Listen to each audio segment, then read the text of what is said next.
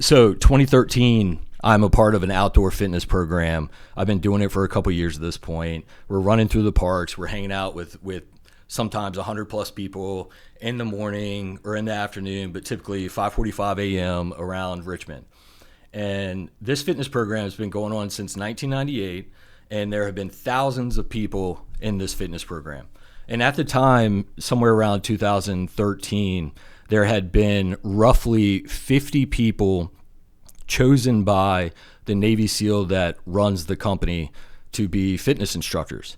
And these people are hand chosen. They're selected based on their ability or capability to be great team players, to be very strong leaders, and to communicate well. Late 2012, early 2013, I fortunately am selected to be a part of that instructor group. And that meant the world to me, because in those workouts, you see these larger than life people who are the instructors of this group. And it may sound silly to those who aren't in that community, but these people who were chosen out of literally thousands of people over the years to become instructors become mentors and leaders and people that you really, truly look up to. And you really, truly want to mimic or follow in some way because you believe in them and what they have to say. These people are always putting themselves last and putting the team first and focusing on the team during the workouts, making sure everyone's having a good experience, making sure everyone is on the team, being safe, getting in shape, and having fun. And it's just an incredible environment to be in, led by this group of instructors. And in 2012, 2013, I was chosen to join that group. And that was one of the highest honors of my life, being able to join that group, because especially knowing who was in that group and the kind of company that is, it meant the world to me. And so I remember early in the morning, in order to become instructor, you have to take a test, and you have to take a fitness test. This fitness test, I forget exactly, but it's pull-ups, timed push-ups, timed sit-ups, flutter kicks, and there may be another a 1.5 mile run as well. And there was another instructor that was paired with me to do this test. And typically you would think, okay, this other instructor has nothing to prove. He's got to put me through the ringer, make sure that I score well in these tests. And if I do, I can at least pass that portion to become an instructor. And so I go through this test, and as this instructor's putting me through this test, the instructor's doing everything with me, but counting my reps as he's doing it by my side. And he's got a great attitude, and he's counting, he's encouraging, and he's motivating. While I'm going through this test, trying to pass, he's doing everything I'm doing right next to me. And then over the years, I become an instructor, and over the years, I'm working alongside this person. And 5 years later, we got to lunch. And we got to lunch in 2018, and we have this idea that we can go into business together. This instructor had this side hustle he had been doing for a handful of years, just kind of for fun and to support some friends and some investments and things like that. And he thought it may be a good idea to bring me on board to kind of push a property management company along that was founded in 2011.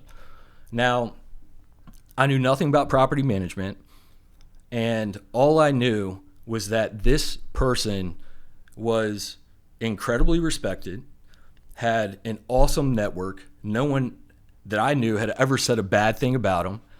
I didn't know exactly what he did for a living, but I knew he's successful. Not because of anything he's ever did or shown, but because of the company that he carried and the attitude that he has. He has a beautiful family. And me being at the stage I was in life, wanting to start a family and be successful, and some other endeavors were behind me, I wanted and was propelled to join his mission because of who he was as a person.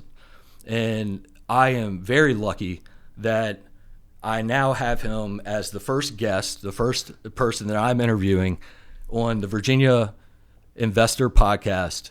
Travis Gardner, thank you for joining. Wow, Stephen, what an introduction. Thank you for inviting me to be your first guest. And I know we'll get into a lot of things, but golly, do I remember those early years, getting up before sunrise and working out. And I think one thing that I'll just say now is that the idea that who you were for that hour of the day is who you were all the time, right? And I think that's what was the real power of it, was that people were out there putting themselves out there, helping. It was all about the team, right? Everything about the team, and who you were from 5:45 to 6:45. There was no question that, if you went and did business with somebody that was been part of that group, that they were going to be someone different, outside of that hour. And I think the power that had during those years. I started, my first workout with the group in 2006, and then started full-time my new class in 2007. Became an instructor in 2010, and certainly, one of the things that changed me as a business owner, as just a leader, as a father. So, and just the connection to the people. So, I have. Thank you for having me on. I'm excited to talk and see where this goes, and I guess you can only go up from here, right? Yeah. Man, I'm thrilled to have you on. There's nothing more fitting than having the person on who helped me get to where I am today, and along with a handful of other people that are mutual friends and stuff. So I really want to know. I think as I was getting in real estate, part of what helped me get along and learn was interviewing people like you. It wasn't necessarily interviews; it was just coffee meetings and things like that. But it was talking to people like you who were experienced and had been in business for a while, owned your own business, done some investing and things like that, I would want to know how they got started, and want to know what their first deal looked like, or how they were brought up, or what kind of capital they had at certain stages of their life in order to do some of the investments that they did, or what partnerships they leaned on and things like that. Basically, it's an overall mindset, and I would love to get started with this so people, as we learn more about you and what you've done and what you've accomplished, people understand where you came from and the work it took to get to where you are. Let's start from the beginning. What about like your early childhood life? Where did you grow up? What was your family life like? What did you like to do? Sure. Yeah. So I grew up in Richmond. I was a Dogtown kid, South Side City, Stratford Hills. Riding my bike through Pony Pasture and up to Southampton Pool. Go up for early morning swim practice in the morning, stay and play tennis, get into some trouble, stay for afternoon practice. In the wintertime, we'd walk through the snow up to the hill at Southampton to sled. I went to St. Bridget's grade school. So, yeah, I was a kid just kind of running around Southside City. My first job was working on a framing crew. My father was a contractor. My parents divorced when I was in kindergarten. And so, they were both in Richmond, right? Both in Richmond. Yeah. They were both in Richmond, and both got, then divorced when I was in kindergarten, got remarried, 3 or 4 years later. I've got myself, I'm the oldest. I've got a sister who's just 20 months younger, and I've got 2 little sisters with my mom and stepdad, and a little brother with my dad and stepmom. But so my parents were busy when I was kind of going through my teenage years, because they all had little toddlers and kids and stuff. But my first job was working on a framing crew. My dad was a contractor. I also worked Westwood Pharmacy, was a much smaller operation than it is now. There was an A&N next door in the Westwood that's over at Libby and Grove area. I was ran the cash register and delivered drugs. So those are my 2 high school jobs. Longer breaks, I would work on the framing crew, and then after school was worked at Westwood. Awesome. You play sports officially? Yeah. So I was a runner. Okay, cool. I was I'm not surprised. Was a kid that so after St. Bridget's, I went to St. Christopher's, and they required you to play 3 sports. And so 8th grade year, I played football, basketball, and baseball. And one of the byproducts of being from a divorced family is you don't spend a lot of time throwing a football, basketball, or baseball with your dad, because he wasn't around as much. So, I was went out for the cross country team under the auspice of like, hey, can I do this and lift weights so I can get big for football next year? And they said, oh yeah, absolutely. So it's great. A good buddy of mine, Mason Bates, and I both did it. Went in with this plan. We're gonna go run cross country, but really we're football players. We just need to put on some weight. Right. So we went out and, one of the first workouts, we had Coach Nystrom, Senor Nystrom was the Spanish teacher and also the cross country coach.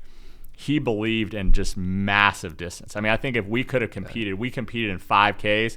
If we could have competed in half marathons, no one would have beat us because we ran and ran and ran. And one of the first things he's like, all right, you're doing a Monroe Park, which is from St. Christopher's, which is at the start of Grove at Three Chop, run down around Monroe Park and back. And I went up to him and said, oh, what run should I do? And he said, Monroe Park. I said, no, but I'm on that plan where I'm coming back to lift. And he goes, yeah, after you run the Monroe Park. And that's like a 10-plus mile run. Right. Needless to say, I ended up being a 4-year runner. Never really made it back to football. Right. But loved running, still love running to this day. Ended up not running, but rowing crew in college. Cool. And so I think that was good preparation for that. Yeah, when you were growing up with divorced parents that young, my parents divorced, but it was much later. What did you spend both time? Like, did you move between households a lot, or did you primarily stay in one? We primarily stayed with my mom. I mean, we were like every other weekend with my dad. Got it. Okay. My dad was, still pretty much a bachelor for a while there. So it was like, right.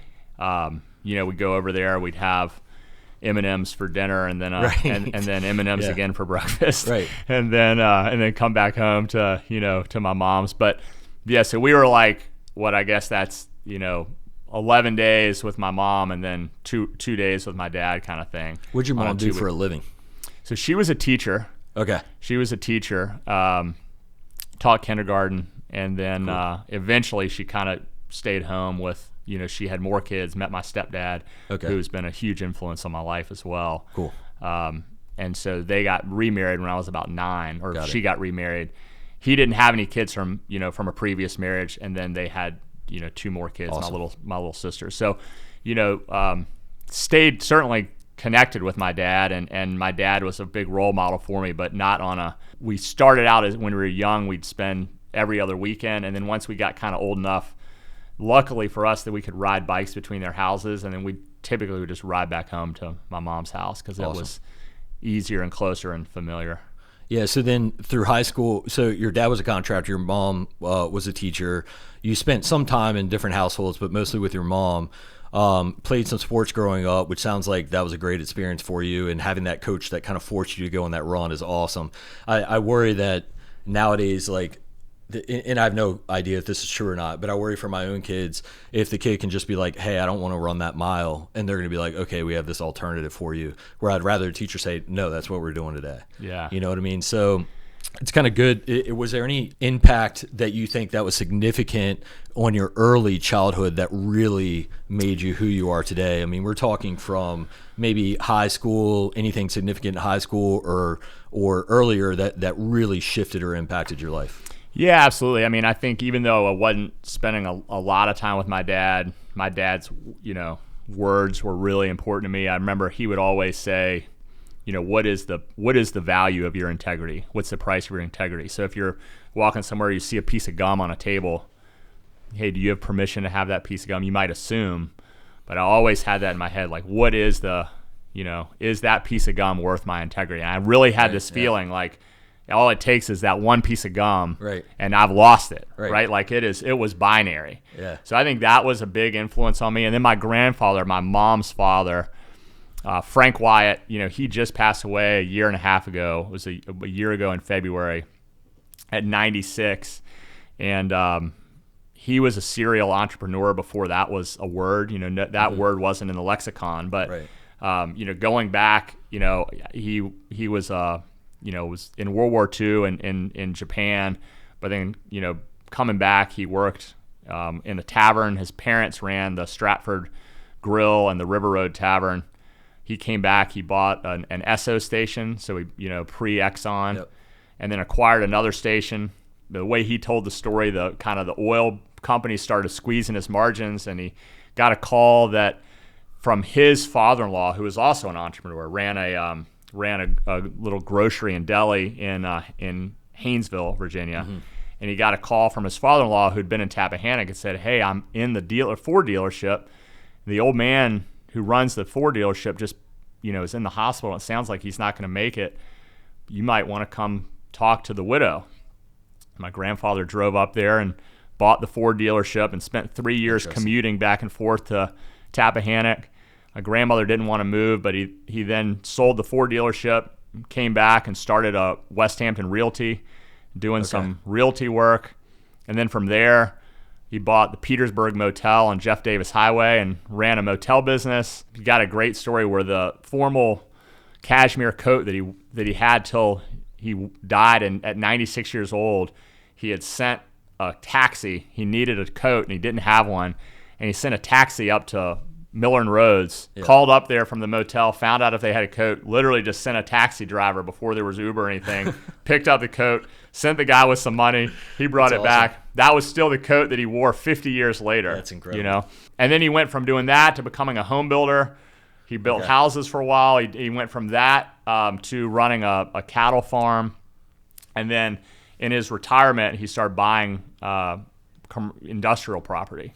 Okay. But, it had been decades since he had been a contractor, and I can't tell you the number of people when I finally went through my progression and started a contracting business, and the people that I would meet who knew my grandfather. That's incredible. And awesome. Just, that also with me that just resonated. It's like, man, I've never met anybody who had business dealings with him who hasn't wanted to stop and talk to me about the influence that he had on him. So I think both seeing my father as an entrepreneur through the work he did in construction, and he also owned a restaurant when we were kids.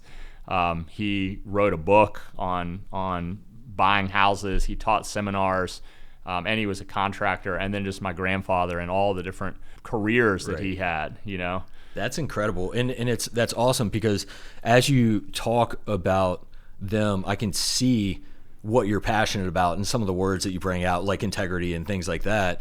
But I can also see in knowing you for like 15 years now, how that has shaped you, and in knowing your story, or at least a portion of your story and your endeavors and ventures that you're getting into.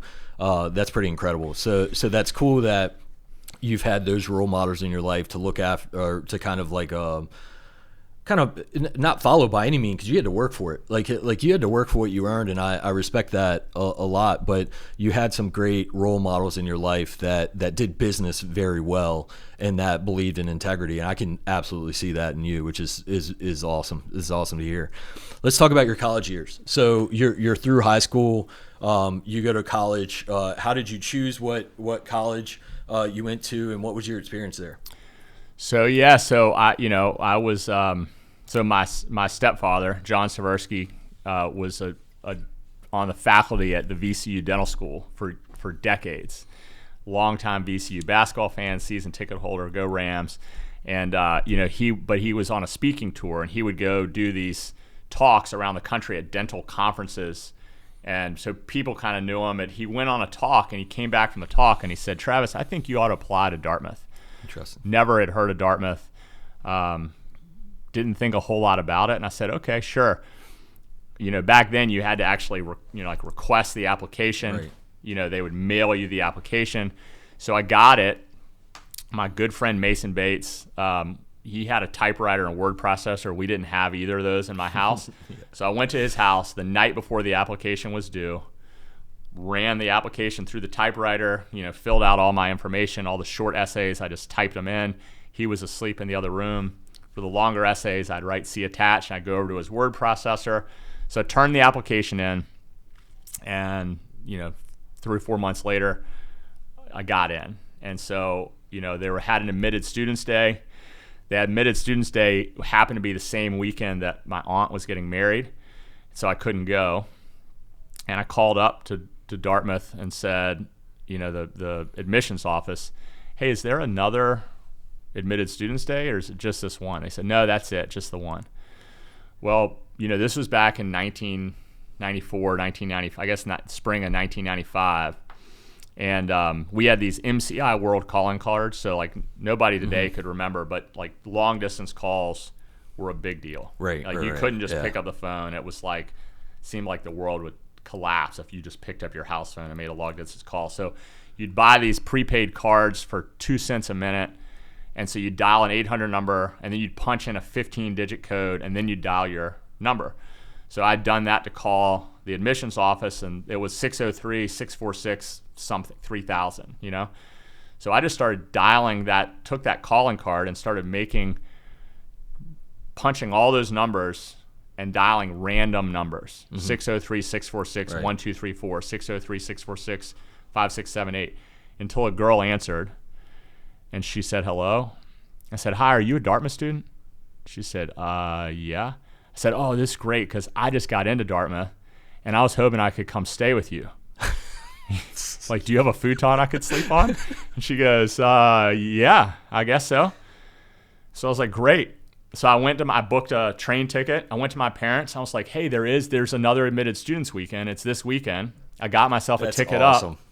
My parents thought I went to admitted students weekend. I really just random dialed until I amazingly got lucky and caught this girl, and she agreed to let me stay on her futon. So I went up there, made my own admitted students weekend, came back. So was that your first time there? First time. So you were already a student, already admitted. I already admitted. Yeah, I mean, I was admitted before I ever saw the school. My stepfather had just said, "Hey, I think this would be a great school for you." And you know, I have been so have had so many blessings in my life with the institutions that I've been a part of. I mean, one of which we talked about, you kind of introduced from the beginning. But being able to spend 4 years in Hanover at Dartmouth absolutely changed my life. So I got up to school there and ended up on the rowing team up there. And yeah, just a really incredible 4 years. What did you want to do? What was your thought process as far as like, I'm going to go to college and then what am I going to do for a career? Like, what was your plan? Be a contractor or something like that? Man, no, I don't think I had a plan. It definitely wasn't to be a contractor. I would say I had no plan. And that's one of the blessings of that school. You know, when I was a history major, you know, I was able to just take the classes that I was interested in. I think that, you know, they have a great engineering program, and maybe I should have done that. I took one of the problems was my advisor was the wife of the president. And someone told me in later years that she was going through what we'd now call like a mental health crisis. And they thought like assigning some students to be her advisees might help. I don't know if this is true or not. I do know that she missed 2 meetings with me. Bathsheba Friedman, I set up a meeting to go through my classes. She canceled. I set up another one. She canceled. And so then the president's office just said, we don't have the time to meet with you, but we'll let you just pick any class you want. Interesting. Well, unfortunately, I just looked at what I'd done in high school and just figured, okay, well, I'll just kind of take one level up of everything I'd done. So I took a history class, I took an English class, I took I took biology, and I took math. And for math, I had already taken 2 years of calculus in high school. I loved math. So I took what looked to me like the next level up, which was this multivariable calculus and nonlinear algebra. I was the only freshman. I was the only non-math major. It wasn't a class I should have taken, and I think they just sort of forced me into it because the president's office had said, hey, you've missed, so we're kind of giving you carte blanche to take whatever you want. And unfortunately, I got out of that class, and the message in my head was, I guess math isn't for me, right? I didn't realize that I was taking like one of the tough math major classes, and there were all kinds of, later in my career there, I took a statistics class through the economics department, loved it. But I had a great experience in studying history. And the cool thing about that school was in my senior year, you know, I had an opportunity to go do Teach for America. I had an opportunity to go do investment banking. I ended up taking a job at a startup.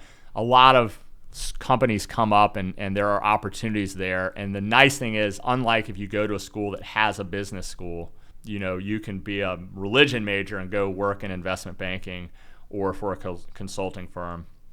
And I ended up going to work for essentially a consulting firm. At the time, you know, I had founder shares. The company was called Gen 3 Partners. Awesome experience. Michael Tracy started that company. He had formerly run a consulting firm called Tracy and Company, and a bunch of former bankers and consultants. And what we were doing, this was the late 90s, we were going into Fortune 500 companies and trying to take the part of their business that wasn't valued in .com kind of multiples. So one of my clients was Williams Energy, big, stodgy, you know, energy company. Not that they were stodgy, but they were valued as a utility.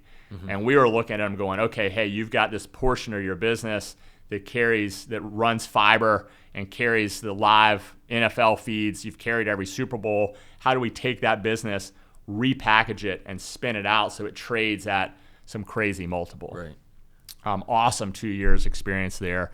Got to see a lot of businesses, really got to learn a lot about business. And so anyway, that while I was at Dartmouth, I don't think that I think that one of the lessons I really took away at Dartmouth, I mean, I had the opportunity I was on the lightweight crew. We went undefeated my freshman year. We won Eastern Sprint. So that's a sport where you start with 6 boats in the fall and they kind of winnow it down in the spring to, who's going to make that first boat. So I was able to do that and be in the first boat. I think I also learned there some real lessons about being the change that you want to see and impacting. A few different things that highlighted that. I mean, one, I was a kid that hired a laundry service. Maybe that was a little bit lazy, but they would literally come pick up my laundry. They'd wash it, they'd dry it, they'd bring it back folded. And, I came back my junior year, and the message was, you can't use this local laundry service anymore because Dartmouth has awarded a contract to this company in Massachusetts, and they're going to do if you want the service, you use this company. Right. It's like that. I've always liked the underdog. I've always valued small business. So I reached out, and they, kind of got put off, and I finally scheduled a meeting with the dean's office. I went in, they said, there's just nothing we can do. They actually told me that, initially they said, we can't have solicitors coming on campus. And I said, how is there, if I have a contract with someone, are they soliciting me? Right. Well, I didn't get anywhere. Ended up sitting down and writing an op-ed for the paper, Dartmouth's Dirty Laundry. And, I'd kind of forgotten about it. Somebody brought it, Googled me and Dartmouth and found it and brought it back to my attention. But really called out the college and said, hey, what's next? Are they going to take, we got a couple pizza joints in town. Maybe they'll decide only one of them should be able to deliver pizza. Right. And also this company's based in Massachusetts, and they claim to, want to support Town Gown. Well, that article came out, and they actually reversed course, and the business framed the article and gave me free laundry service. So Awesome. I think that was a lesson for me, is like, hey, don't take things at face value, right? There might be a solution, right. And sometimes the solution needs to be your ability to speak or write or do something to impact decisions. I think a lot of people make excuses to not be in control of something. And I think some of the best entrepreneurs and investors, et cetera, realize that they're in control of most things, right? At least, like, if it's way out of your control, it's how do you respond to it? Like, whatever the famous saying is like 90% of what happens to you, or whatever, 10%, or like, what is it? 10% is what happens to you, and 90% is how you react to it, or something like that. But I think it's one of those things where I was recently talking to someone else about this, where entrepreneurs need to understand that they don't blame others. Everything is their fault, and they're in control. And it sounds like you had that at an earlier age than before you were entrepreneurial, where like it's probably in your blood. But to understand that, hey, I can actually make a difference, or at least let me attempt to do something that probably no one else would really, or not many other people would really go out and do that. But like, you wanted a certain thing, you believed strongly enough, and then you jumped on it. And at least it wasn't an outlandish attempt that like would just draw so much attention. It sounds like it's well calculated. Hey, I'm just going to write down my thoughts and make them public, and then, see what effect this makes. Yeah, I don't think I knew if it would be successful or not, but I just felt like I've got to try, right? I'll tell you one other story from there, I took some phenomenal classes when I was in college, and I think all of us, right? You look back and you go, "Gosh, I would have been even more appreciative of what was in front of me." But I took a course, an environmental science course that was a lecture style, 125 people in the class, and probably not one of my proudest moments. I was not as prepared for the final as I should have been. And it was a co-taught class. There were 2 professors. I was not an environmental science major. This was my sophomore year. And so we get to the exam. I really wasn't prepared. And I'm thinking, God, don't know that I want to be taking this exam. Well, 5 minutes before the class, a professor hadn't shown up. And I started thinking, I bet you they each think the other one's here, you know? And so I went down, stood in front of the class, stood up on the desk in front of the auditorium, and I said, hey, I know we've got 5 minutes till this exam starts, and just like me, all of you are looking at your watches and wondering, where's the professor? I think this is one of the moments that you need to all ask yourselves how you want to remember your college experience. I said, I know every single one of you is prepared, you've put in the work, you're ready for this exam. But our exam period doesn't end with this exam. You've got papers due, you've got other exams. If the professor's late, what does that say about their respect for you and your time when you leave? So I said, here's what I'm going to do. I'm going to sit back down, but after the time comes, I'm going to give them 5 minutes, and then I'm going to stand up front. I'm going to write up on the chalkboard that we all walked out together because we were here and they didn't show up. And if you're worried, everybody can you can sign your name on the chalkboard. I'll be the last person to walk out. We're all going to walk out of here together. So we've got, it's 5 minutes before. There's 10 minutes. If they're not here, 5 minutes after exam time, that's what we're going to do. And it's 125 people, right? But 5 minutes later, they weren't there. I walked up. I wrote on the chalkboard exactly what we were doing. And I said, I'm going to be the last one out. And people started filing up. And 125 people walked out of that exam. Were they cheering? I think everybody was a little nervous. They're like, oh my God, is this going to work? Who's going to go first? And we all walked out, and 10 minutes later, we all got a mass email. Back then, we called it blitz mail. I mean, it was so new that said, oh my gosh, we got your note. We apologize. There was confusion. Exam is optional. Anyone who wants to take it can schedule. Otherwise, you just have your grade.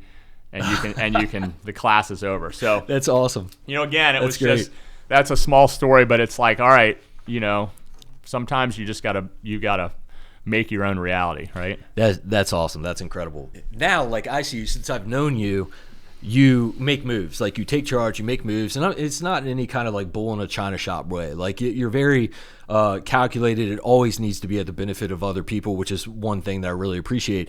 But you're not scared to make moves and not scared to take a stand when you need to take a stand and stuff. And I think that's awesome. It sounds like you've been doing that for a while. And it's interesting because I just look at, when we came together in that fitness program, there were a handful of people that did that, and that forged me.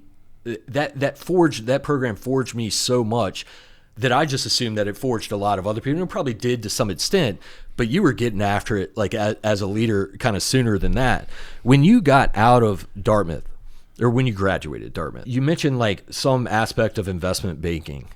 That to me sounds very lucrative. It sounds like it'd be a very well paid job and a great position to be in out of college.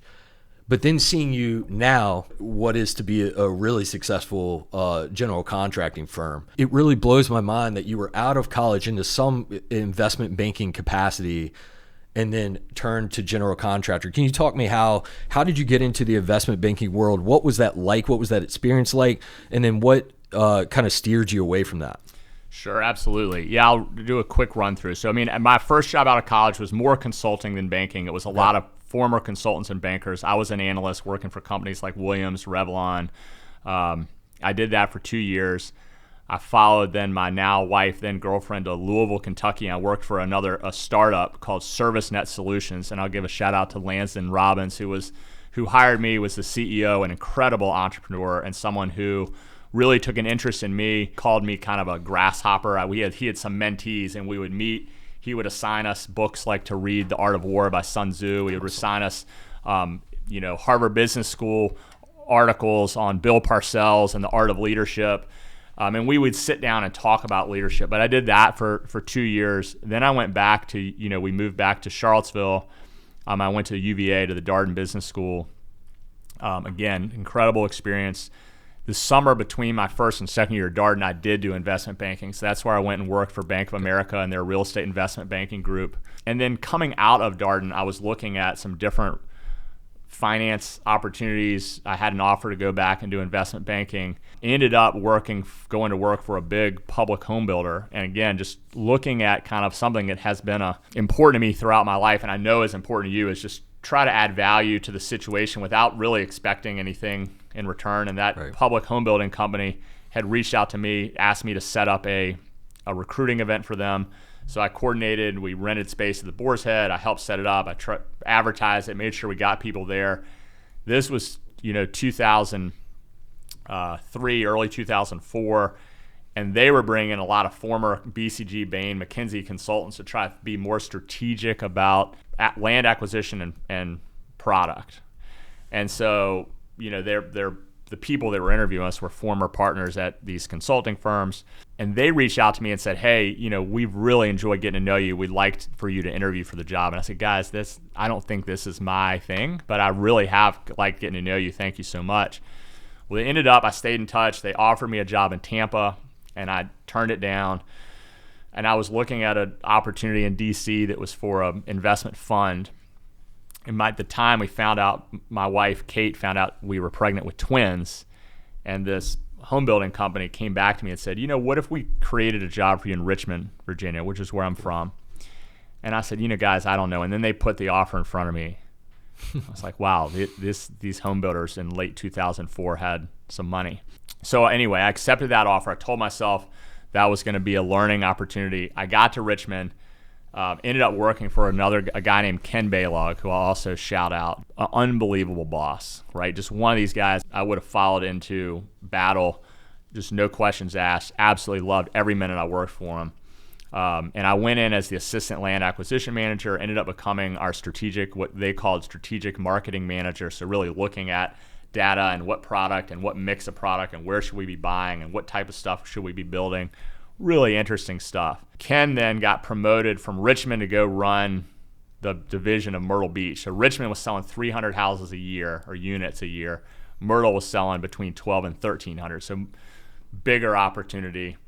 He got down there and about 6 weeks later called me and said, come down here with Kate, pick out a house, be my right-hand man. Here's this promotion.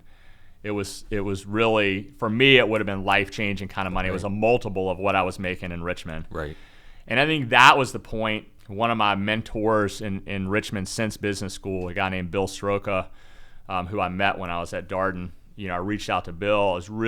I knew exactly what it took to be successful in that world, but it also wasn't anything that I was really passionate about. It really gave me appreciation that people value housing so differently, because I couldn't afford my home if everyone valued housing the way I do, right? Like some people would much rather live out in the suburbs in a new home, and I'm like, I'd like to live where I can walk to a restaurant and live in a home that was built in the 30s or 40s. But that was a moment where it's like, hey, I told myself when I graduated from business school, I'm going to do this to learn, but eventually I want to work for myself. Got it.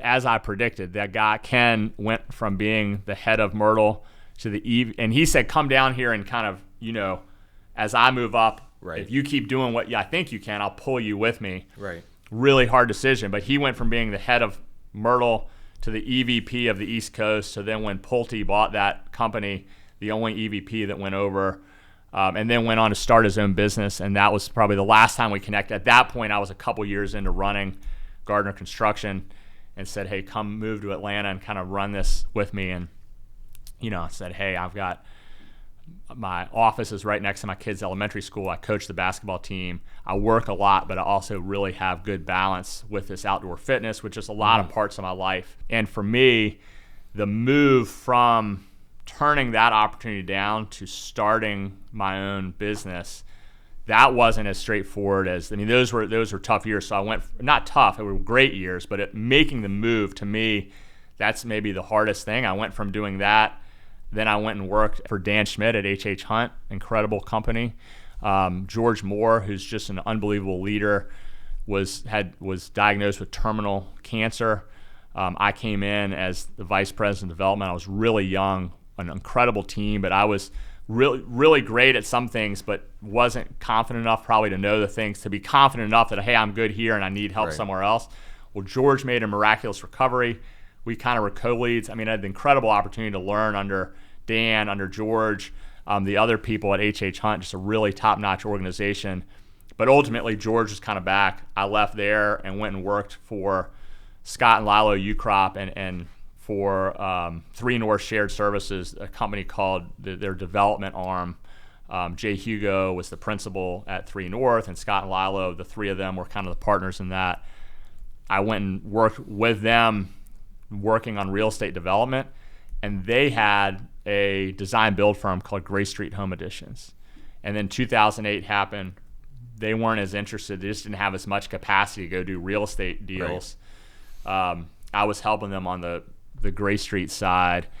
And in 2009, we're sitting around a board table, and they kind of said, what would it look like to kind of pause this business? You know, I think all of them had too much respect for the company. They didn't want to be another contractor going out of business. They had no desire to do that, but they also had a lot of overhead, and they were just, you know, it's a lot to run a construction company. And that's when I went and said, hey, I think I've got this idea for a structure where I went to them and essentially did kind of a structured buyout of their business where I didn't take the name.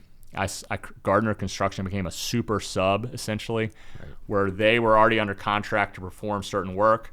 Rather than hire a roofer and a plumber, electrician, and HVAC guy, they had their own carpenters on staff. Rather than do all of that and manage all of that, you just hire one person. That's Gardner Construction. Right. I will handle everything, and then I'll guarantee you a return on that investment. And that was how I got into, finally got in. And I don't know that I was looking to get into construction. My father had been a contractor, had retired from that right. business. But really, I thought that maybe my path would take me more down the investing development right. side. And that was just the opportunity that was there. It was 2009. And I think some people thought this is a wild time to be trying to start your own thing. In my mind, it was a wild time to be relying on someone else to be writing your right. paycheck every week. Right. And so I thought, hey, if I'm going to bet on somebody right now, I'm going to bet on myself. And it turned out to be great. They, Scott, Lilo, and Jay are still mentors.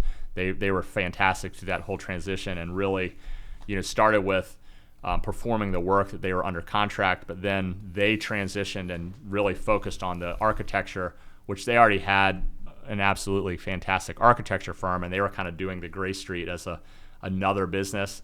They just folded all the architecture back into 3 North.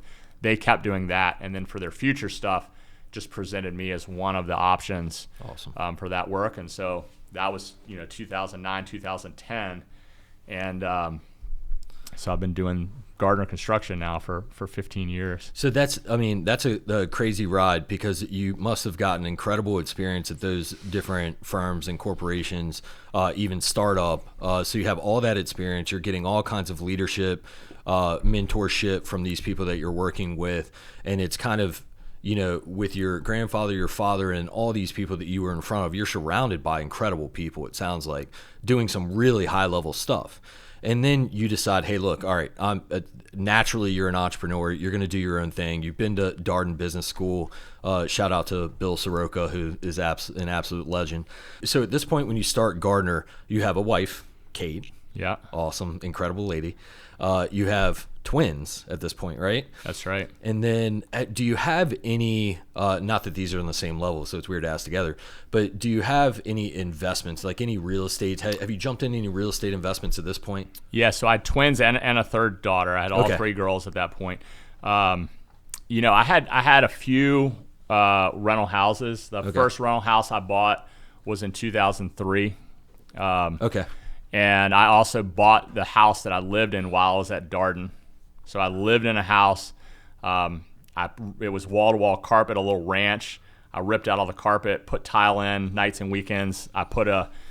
They knocked a bank building down the street, and I would take the Jeep and go load up another Jeep load of bricks, and I put in a back patio, and nice. Just did a lot of work that was literally with my hands, kind of when I wasn't studying kind of work, and then sold that house at the end of business school. But the house my first rental house that I bought, which was after buying that one I sold at the end of business school. The other one I still own. And so I had started to buy, I think maybe at that point I had 2 rental houses, was interested in that.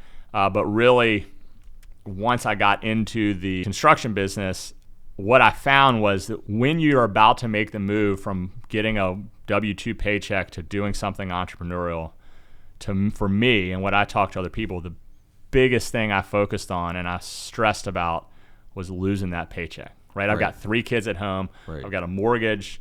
I'm going to lose that paycheck. Very quickly, you find that you're successful enough that you're paying your bills, and then it becomes, am I focusing on the right thing? Right. Another guy that I have a tremendous respect for in business and life, good friend of mine, Jimmy Stanley, something he told me long, long ago that he attributed to his father, Peter Stanley, just a brilliant guy who I had the privilege of knowing when I was younger. But Peter always told all 3 of his boys, never get so busy that you lose your ability to think. Mm-hmm. And that kind of mimics something my grandfather would say to me. And he would take me out, he in his later years, he kind of owned industrial property. He just subdivided it up. He'd handle all the leases. And he took me to a Air Metal, which is a business over off Staples Mill that, is bending and mm-hmm. soldering and making metal. And he needed a part, right? And we went and picked up a $30 part. And he said, Travis, for us, this is a $30 part, but look around. There's 2 guys here soldering metal. There's someone, doing the books. And he said, there are 1,000 ways to make $1. Mm-hmm. And there is literally opportunity everywhere. He said, every day, he told me this, every day I see opportunity. I see a business that I could start. Right. And it's just where are you going to put your energy, right? So going back to just the mindset behind your first deal, like what got you, I understand your father invested in real estate, maybe your grandfather as well, but or your grandfather absolutely did, but what got you in? Was it following in their footsteps? Was it advice from them? Was it like, did they tell you, hey, you should invest in rental property? Because there's tons of very successful people that go out there and get high paying jobs, but they don't consider buying the assets or the type of investment strategies, stuff like that. Just generally speaking, like, why did you buy that in first investment property, or why were you interested in investing in real estate in general when you first got started? Yeah, there's no question my father was an influence there. I mean, he always owned, part of what he did was always trying to, through his other deals, end up acquiring some kind of income producing asset. And it was ingrained in me that, financial freedom has nothing to do with the zeros in your bank account. It has to do with your free cash flow exceeding your expenses, right? And so if you can do that, if you can get your expenses low enough, that's all you got to do. If you can develop this passive income and that can exceed your expenses, well, you can be the richest person in the world, even if someone else has got all this big income and a lot of zeros in their bank account if their expenses are up there. And so I think my father was undoubtedly a huge influence. Another influence for me was a guy named Holt Edmonds. It's just a Richmond investor. And probably some of the earlier deals that I started after starting Gardner Construction, Holt called me the first property that I bought. I bought a number on a little Spanish colonial street called Wallace Street down Harrison and Cary on the south side of the downtown expressway. And Holt said, look, Travis, I think this is a good property. I think that they're ready to make a deal with someone. I've got too much going on in my life to mess with it. And I didn't have any liquidity or any money, but I went and met with this family that had owned the property forever. Really great street. I mean, the stories, the people that lived on the street forever. And that was my first kind of creative deal, because the first house I bought, 2003, money was just, anybody could buy anything. You could get a mortgage with no documentation, and so that was really easy. Did you get a mortgage like 20% down? No. The first property was 0% down. Got it. Okay. Mortgage. This was in the liar loan. I mean, it's like I went to the closing table, and I remember looking at something and saying, "Hey, this bank account, I think you added a zero. We need to correct that." And they're like, "Oh, don't worry about it." Got it. So the very first deal was just, "Hey, you want a house?" Anybody could have a house. Right. I mean, but then the after 2008, it was not easy. Right. And so the first deal that I did, I went to a seminar on how to use, and this was with my father, on how to use non-traditional IRAs. Oh, cool. So I moved the what little money I had built up in an IRA. I moved it to Equity Trust, which was a non-traditional custodian. What year was this when you did this IRA? Yeah, like 2009. So you've been in that game for a while. Like, yeah. To me, of course, I'm newer to real estate, but like to me, IRAs. Again, I'm going to sound stupid saying this, but in the past 4 years, everyone's all about a self-directed IRA, and I know that you've had one, and I was going to touch on it, but it's incredible that so you're doing real estate investments, you're figuring out how to buy them right out of college, and then or a year or two out of college or whatever it may be, and then you waited a couple of years, and then now you're looking at creative deals because you're probably trying to buy more real estate and make it work when it's harder to buy real estate, or maybe you mentioned you didn't have liquidity at the time, so you need to come up with strategies to buy real estate, but you don't have the money, and so you're looking at different ways to do it through seller financing, through IRAs, through just partnerships and whatever you can do to buy real estate. And so in this one deal, you're talking about one of your earlier deals, the one on Wallace, was that the family that owned it a long time? Was that the IRA deal? Yeah, my first deal there was an IRA deal. Okay. I had very little money in that IRA, and I actually signed a 50-year lease with them. And because they had title work that they were trying to figure out, and I thought that they could, but so in the meantime, I said, look, when you figure out the title work, I'll buy it. In the meantime, let's just sign a 50-year lease at a very favorable rate, and it gives me the ability to make improvements and the ability to sublet. So I signed my IRA, signed a 50-year lease, and I started to make the IRAs, started to hire people to make improvements. Right. And so along the way, they did get the title work worked out, and then they seller financed it all to the IRA. What did that seller finance look like? What was your interest like? What was the term? What was the length of the amortization? Yeah. So it was all these numbers in today's dollars. The purchase price was $50,000 for that house, and they financed it over. I think it was a 10-year period with 0% interest. That's incredible. And then I ended up buying the house that was it was an attached single family. I ended up buying the one next to it. Ended up buying another one down the street, and kind of employed similar strategies. Did you do those with your IRA, or did you? You did? Yeah, no, I did one of them with the IRA, and then the other one was just a traditional. And how did you get? I've noticed that I own several houses on the same streets, and sometimes just momentum. Like you're there, you're talking to neighbors, you're doing some work, and neighbors are talking to you, and then or you're driving to check on your properties, and you see someone with a dumpster in the front yard, and you're like, "Hey, want to sell it?" How did you get into those on the same street? I think the one next door was literally just got a really great old man. Got to know him. Took him a Christmas ham. I did. It was that house was 10 years later. So I certainly I didn't think I was going to buy it, but I did tell him, hey, if ever you want to sell, I'd love to talk to you. And he saw how I operated next door, and I had him walk through what we did. And then one day he just called me and said, hey, Travis, I'm ready to sell. And I met with him and said, tell me your price, and he did, and I said, no problem. So I think a lot of it is just if you treat people with respect, and you don't really expect anything out of it, sometimes it just comes back because they say, hey, I saw how you operated, and I'd like to do business with you. So let's talk about the IRA. We'll get into some other deals in a little bit as far as just straight up real estate, but the IRA, I think many people are interested in, and I know there's tons of rules and a lot of laws and things like that. Talk to a competent attorney when it comes to setting up one of these things. But what other type of deals or investments have you done through your IRA? Yeah, so first I was just trying to get something in it, and then so I ended up actually holding that house in the IRA for a while.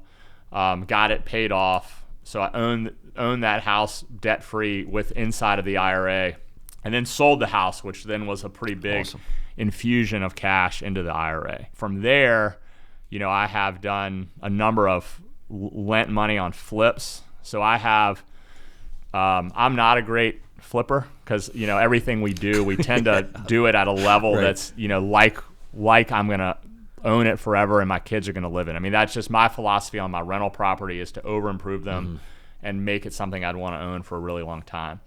And I have done some successful flips, but I've also lent money to others who have done flips, and the Roth IRA is a great vehicle for that. I've lent money to small businesses on corporate notes.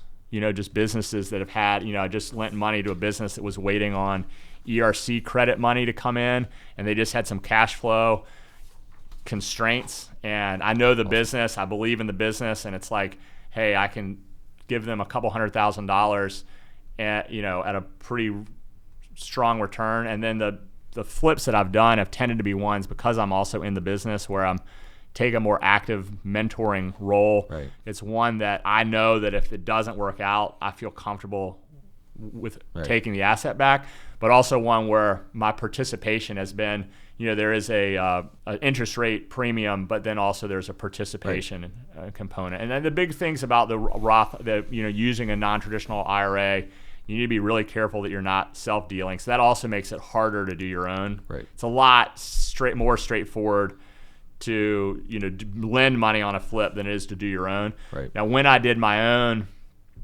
I just had another guy who was a mentor that owned a contracting business. I just made sure that his contracting business was the one that was of record doing the work. Right.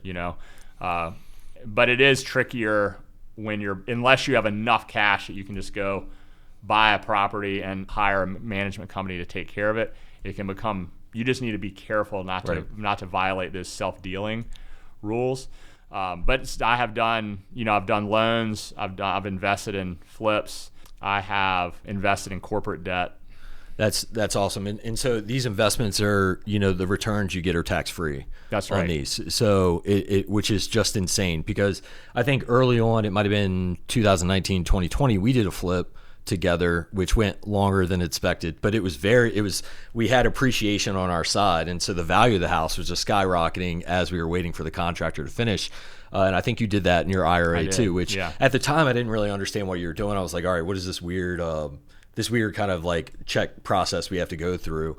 But I understand it now, and it's just an incredible tool to have. So good for you for getting in that game early and kind of realizing the value of that. And you've been able to help a lot of people as a private lender. You helped me on that flip. You helped finance that flip when I did it. And I know some other people that you financed, and same with the businesses that you participate in. So it's kind of cool. Any investors that are listening to this that want to use our IRA, you're not just stuck to private lending, which I think many people are just like kind of pigeonholed into, all right, how do I do private lending? Private lending, I think, is a great thing to do if you have the right network around you and you do it smart in a smart manner. But there's also tons of other things you can do in that as well. Just be safe and do it legally, and make sure you understand the laws. Speaking of flips, I know you got into some flips, like we did one early on again, and I'm sure you've done a handful, but one that I got to witness was, I'll just say, Woodrow. Oh yeah. That was that's a lesson why I'm not a good flipper, but the time helped me out, and a great tenant, that story. So that was one that I bought. I bought the house on Woodrow. Love that little area over off Brooklyn Park Boulevard, and I had invested in 3 commercial properties on that street, and I had another property over on Lamb. But the one on Woodrow, I decided to do as a flip initially, and I really, unfortunately, I just tried to make it like this was my dream home. I don't even know if Instagram existed then, but there was a barn in the backyard. I took it down. I salvaged the wood. Mm-hmm. I used it for flooring in addition. I put a really cool kitchen in, worked with an engineer to open up the floor plan, worked with a cabinet shop that I was working with on the Gardner construction side of my business to build this really cool modern floating cabinet. We had skylights in the addition and this giant walk-in shower. And at the end of the day, I put way too much into it. And again, it's the house that I would have been happy to have my daughters live in, live in forever. All the systems had been done. It was really like at the bones, really well done. But I went to sell it and couldn't sell it.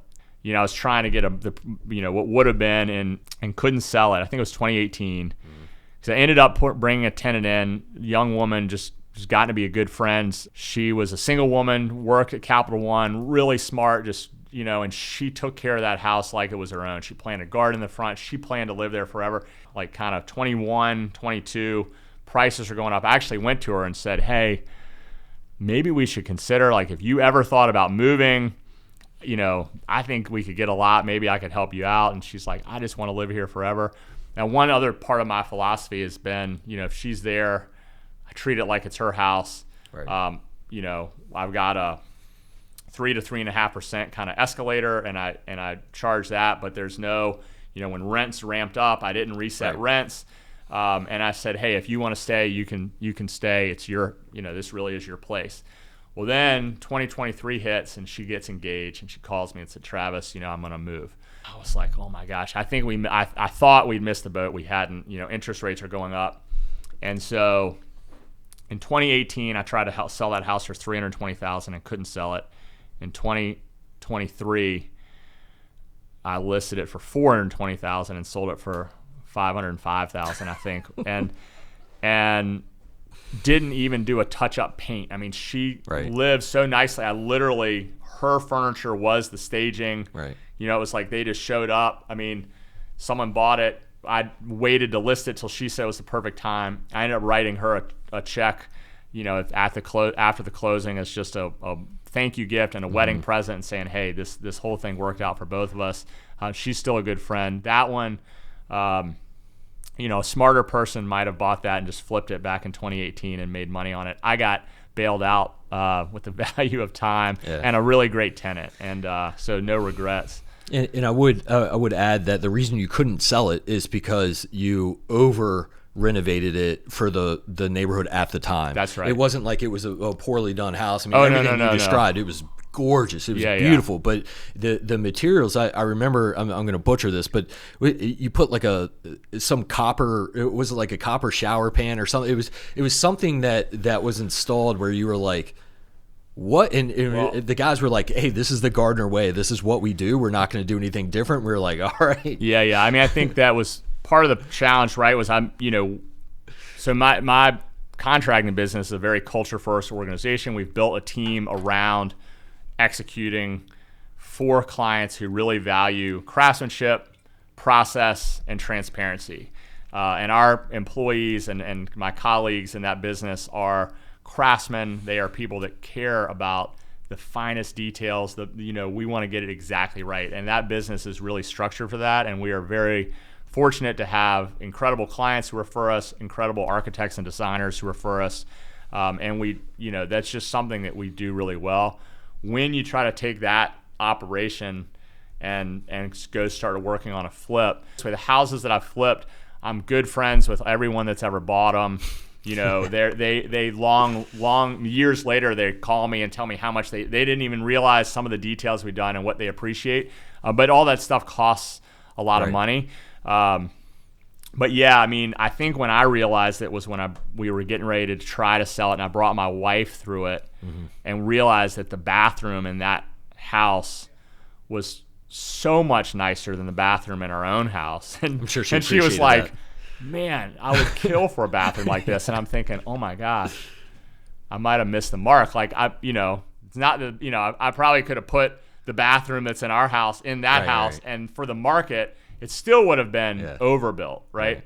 But yeah, time can make foolish decisions look wise. Well, let's talk about Gardner. I have a couple other investments that I want to get to, or topics on investing. But a business owner is a large investment, and it's a big risk. So you jumped into Gardner. You kind of took the book of business, or kind of put you were a sub, and then kind of took over this book of business, and then had to maintain and grow the company from there, like your own company. Some of the work that I've seen you do, because I've been on numerous Gardner job sites, is incredible. Absolutely incredible. It's phenomenal, the level of detail. The people you have on your team are some of the most squared away people that I've seen. Like the subs that you use, the carpenters that you have on your team, they're professional, they're polite, they're nice, they care about the environment that they work in, they care about the client. My time walking on Gardner sites, it's just absolutely dialed and squared away. Knowing you, it doesn't surprise me. It's not like I'd be like, oh, Travis is running this sort of operation. What built that mindset? Because if you can do it, why is Gardner one of the best in this market and just so squared away? Why was that the intent versus, hey, I'm going to go for volume or just care about quality? Because you're doing kitchens. I mean, you could tell me the price ranges of like give me an idea of some of the scope that you do on some of the kitchens, sure. the baths and stuff like that. But why was that the route you took versus just being a contractor that can go anywhere and do anything? Sure. Yeah. No. First of all, thanks for that shout out. I mean, I'll talk about that. I'm incredibly proud of our team. We have carved out a niche doing, like I said, people that really care about craftsmanship, process, and transparency. And I think where we're different than a lot of other people that are in this business is that there are a lot of contractors that we call like paper contractors. So there's a general contractor. They have some project managers on staff. They might have one or two kind of punch guys, but for the most part, all the work is getting subbed out. We're different in that we self-perform a lot of work. We've got a lot of carpenters, project managers, plasterers on our payroll, right, and out there doing this work. And so we roll into a job. We're doing all of our own prep and floor protection. Of course, all of our own project management. We're doing our own demo. We're doing our own framing. We've got guys, if we need to go put in a needle beam and do a lot of structural work, we can do that. Now, on large projects, we've got a couple phenomenal teams that we'll also work with that are trade partners to us. But we've got a lot of that ability in-house. It gives us the ability to really be nimble for clients and when things change to adapt.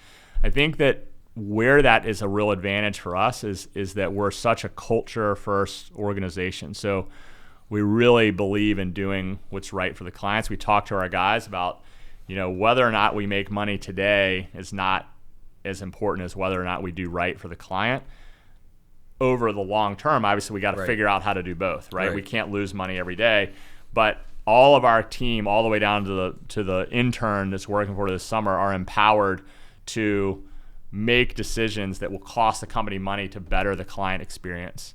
And, we've got, a shout out to some of the guys that have been absolutely critical in building that organization.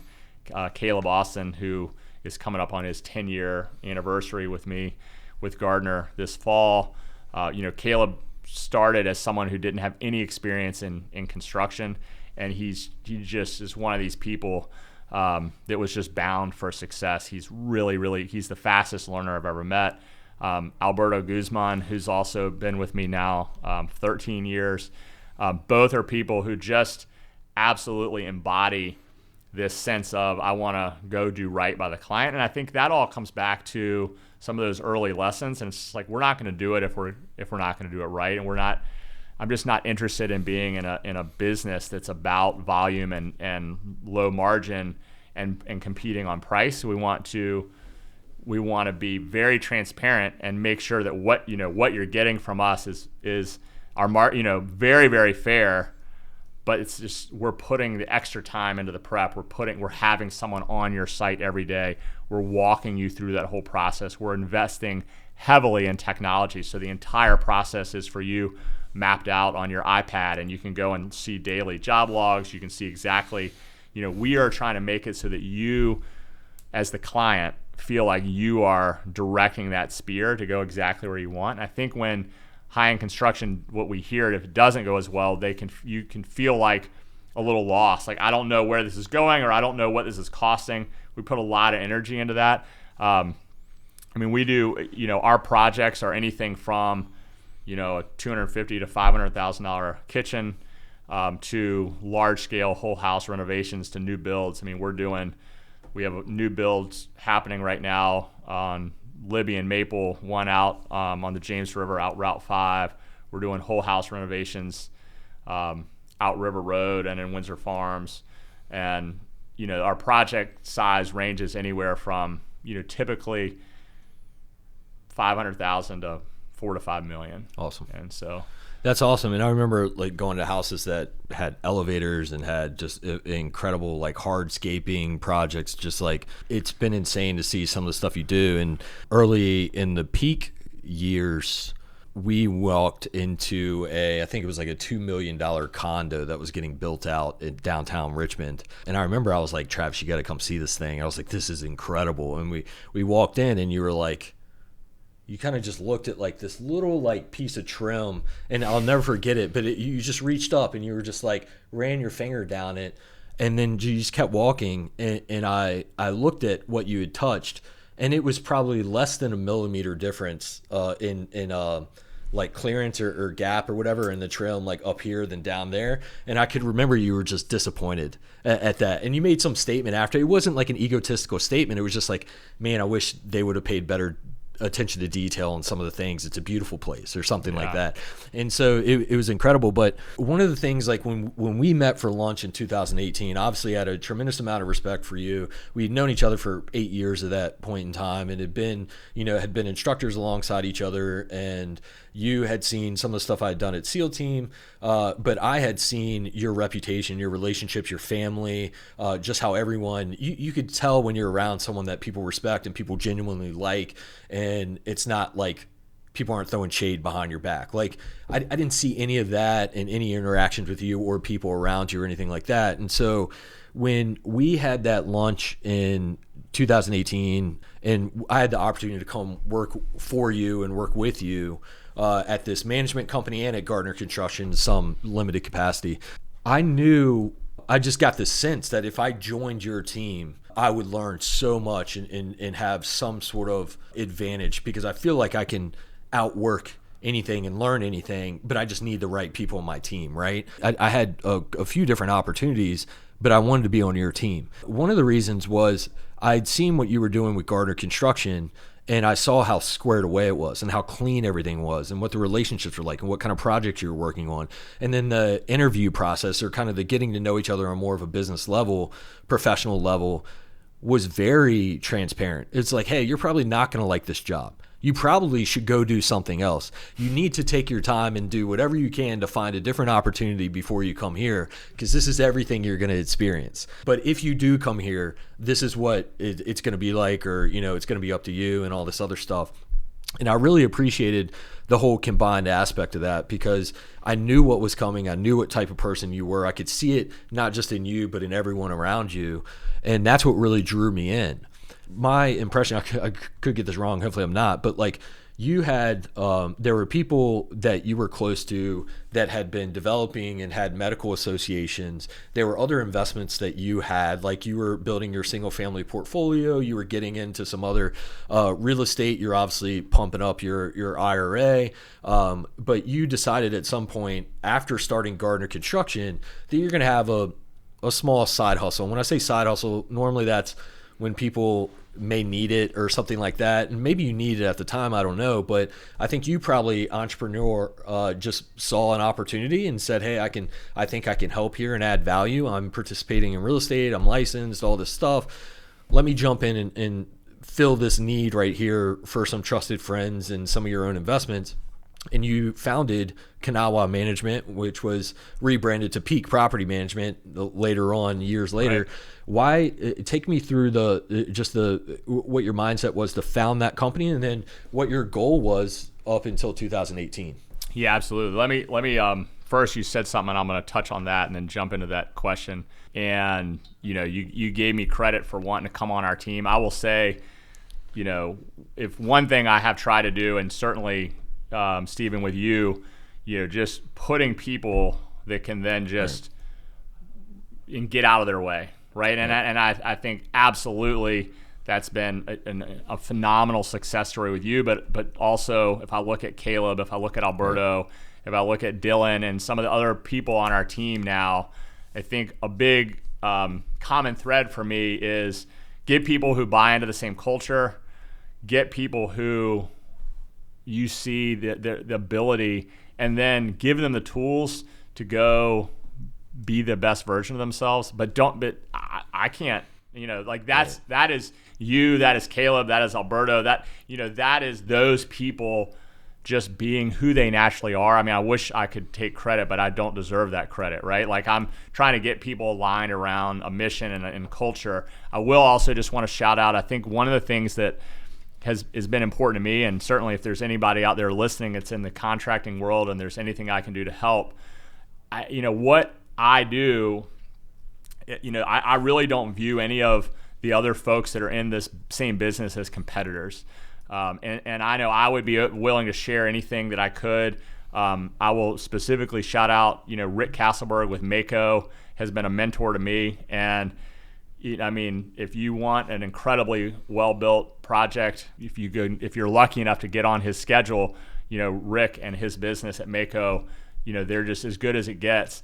He's kind enough to share and mentor me, and I think he would share just like I do. I really don't view him as a competitor. I don't think he would think of me likewise. Our constraints are just our own ability, our team's ability to perform the work, right? Like, there is enough work. I worry about the people that aren't doing a good job that might find their way into the kind of work that we're doing.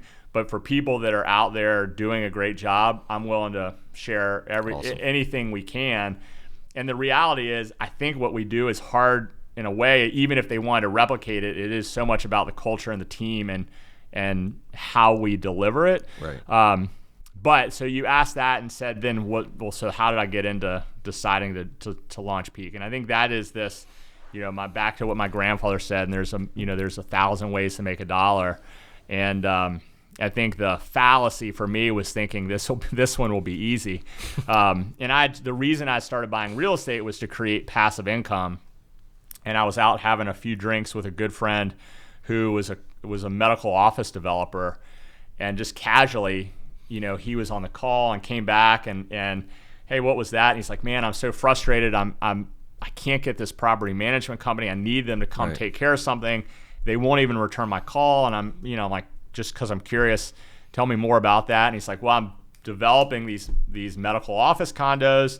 And while I can't award these guys a long-term contract, there's just a certain amount of inertia, right? Like, I hire the management company, the condos sell, I lose control, but the management company just sort of stays. Right. And I said, man, I was like, why would they not return your call? He's like, I don't know. You'd think they would, So anyway, I left that conversation. The next day, I knew from my time with H.H. Hunt, Kim Kasani, who's another phenomenal member of that team, she had been on a CCIB board, governs kind of commercial condos and multifamily condos. And Andrew Elmore was a guy that was also on that board. And I reached out to Andrew. He was a really bright attorney, and just said, hey, if I wanted to get into this business, what kind of licensing do I need? What's required? And he was really valuable, gave me a couple minutes of his time. And then a week later, I went back to that developer and just said, hey, next time you have one of these, by the way, I've started an entity, I'm licensed, I've got insurance, we're ready to take your business. And so, the next time something came along, we gave them a proposal, we got that one. And it started out as just, really in my mind was like, hey, this real estate is passive income, and my business, Gardner Construction, it's like you're going on a safari every day. And then to some extent that has changed over 15 years because there is some momentum and we have referrals and but at the time it felt like if we don't go get another job, we're just going to fall off a cliff, Right. Whereas with the management business, it's just every month it just keeps coming. Right. And so in my mind, I was like, well, hey, I could own a rental house that's delivering this, or I could go manage 10 rental houses and I'd have the same income, right? So it started with really, I was already kind of managing my own property, and I had a couple of individuals that were like, hey, will you manage, this thing for me? And then I started doing the commercial stuff. And so really the Kanawha management was initially focused just exclusively on commercial. Right. And then as that grew, now what you find out is that with any business is easy when it's just you. Right. I mean, I talk to guys all the time that are contractors, and it's, a guy and a helper and a truck, and it's like, man, it's so it's great, but I need 3 more of myself. And it's like, well, that's the leap, right? I talk to architects, some of the best architects, I work with phenomenal architects that have built the whole firm. I mentioned one of them earlier, Jay Hugo and Aaron Webb at 3 North have an incredible operation. And then I work with guys that are solo entrepreneurs, and trying to make that decision of, do they want to hire and scale, and what are the trade-offs? Well, with the management business, I got started and it's kind of humming along, and for a while I didn't even recognize the cost because I was just the overhead. I just was hiring more people at Gardner Construction, and our office got a little bigger, and I'm hiring a more capable. We hired a CPA as our office manager and bookkeeper. We had sort of a expediter who's answering calls, and all of a sudden I stepped back and went, wait a second, if I actually properly attribute the overhead to this business that it really deserves, I'm not sure my management business is making any money. Right. And that's when I guess there is a little bit of me that is, it's like, well, I kind of have 2 ways this could go. And I wasn't actually even necessarily thinking about it, but I had that conversation with you, and you came to me and really to help you evaluate some opportunities. Right. And just said, well, here's an opportunity. And I kind of just went, put chips in, and because really once we brought you on board, the management company was absolutely just in the red. Right. But it's like, all right, well, let's see what can happen, right? And I'm willing to subsidize that over here on this side to kind of play that hand, because I think that, again, my experience has been, if you get the right people that are bought in on the culture, and it really, then it was like, all right, Steven, you've done things with that business that, just grown it by incredible multiples over what it was when I hired you, right? And so it's exceeded certainly any vision or goal that I had, but that was it. I think the biggest thing that I did well there was saying, well, you're not going to really get out of what you're doing by hiring someone who the business can afford. No. Right? Yeah. Like if I go try to do that, it just kind of continues to kind of putter along. And it might, depending on how you slice it, it's like, well,